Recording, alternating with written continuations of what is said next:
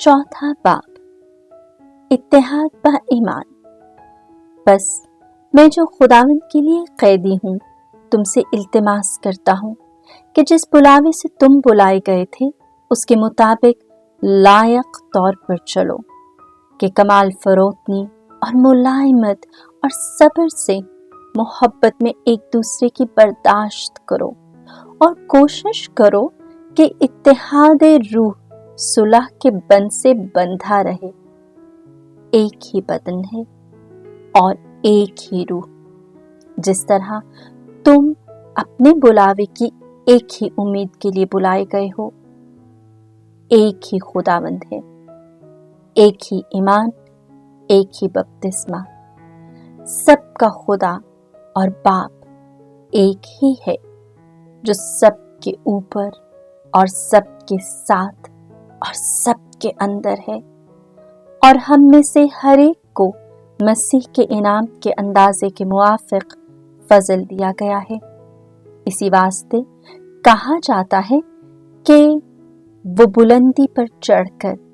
असीरों को साथ ले गया और आदमियों को हदिये दिए।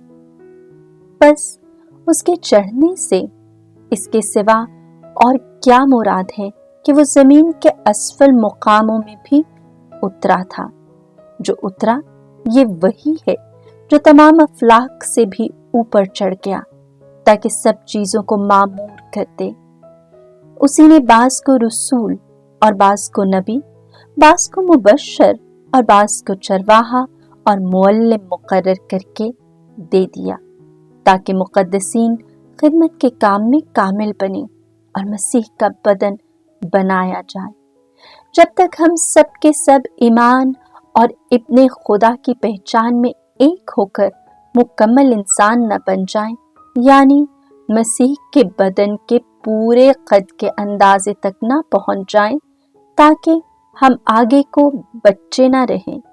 और आदमियों की तलव्वुन मिजाजी और मक्कारी के सबब से उनके गुमराह करने वाले मंसूबों की तरफ से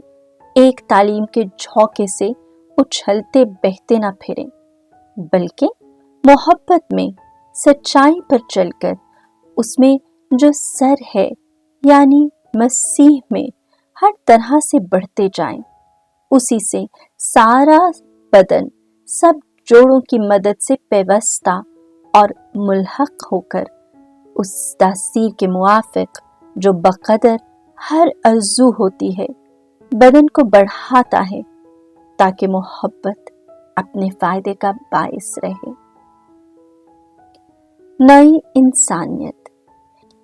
इसलिए मैं ये कहता हूँ और खुदावंद के हुजूर मिन्नत करता हूँ कि तुम आगे को ऐसी चाल ना चलो जैसी गैर कौमें अपनी बातिल अक्ल के मुआफिक चलती हैं,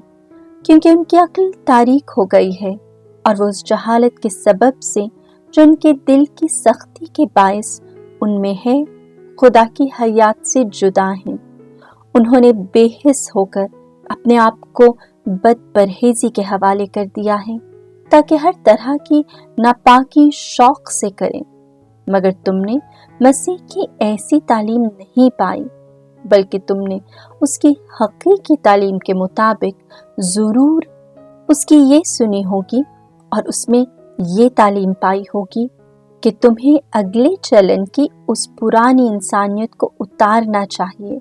जो गुमराह करने वाली शहवतों से बिगड़ती जाती है, और अपनी अक्ल की निस्बत नया बनना चाहिए और इस नई इंसानियत को पहनना चाहिए जो खुदा के मुताबिक हकीकी सदाकत और पाकीज़गी में पैदा हुई है। बस झूठ बोलना छोड़कर हर एक शख्स अपने पड़ोसी से सच बोला करे, क्योंकि हम तो आपस में एक दूसरे के एज़ा हैं। गुस्सा करो तो गुनाह ना करो, सूरज के गुरूब होने तक तुम्हारा गुस्सा ना रहे। शैतान को जगह ना दो, जो चोरी किया करता था फिर चोरी ना करे, बल्कि अच्छा पेशा इख्तियार करके हाथों से मेहनत करे, ताकि मोहताज को भी कुछ दे सके। कोई बुरी बात तुम्हारे मुंह से ना निकले, मगर वो जो जरूरत के मुआफिक افادے کے لحاظ سے اچھی ہو تاکہ سننے والے اس سے فائدہ اٹھا سکیں اور خدا کے روح القدس کو رنجیدہ نہ کرو جس سے تم پر مخلصی کے دن کے لیے مہر ہوئی ہے۔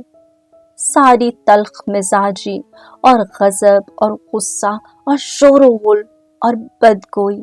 تمام بدنیتی سمیت تم سے دور کی جائیں اور تم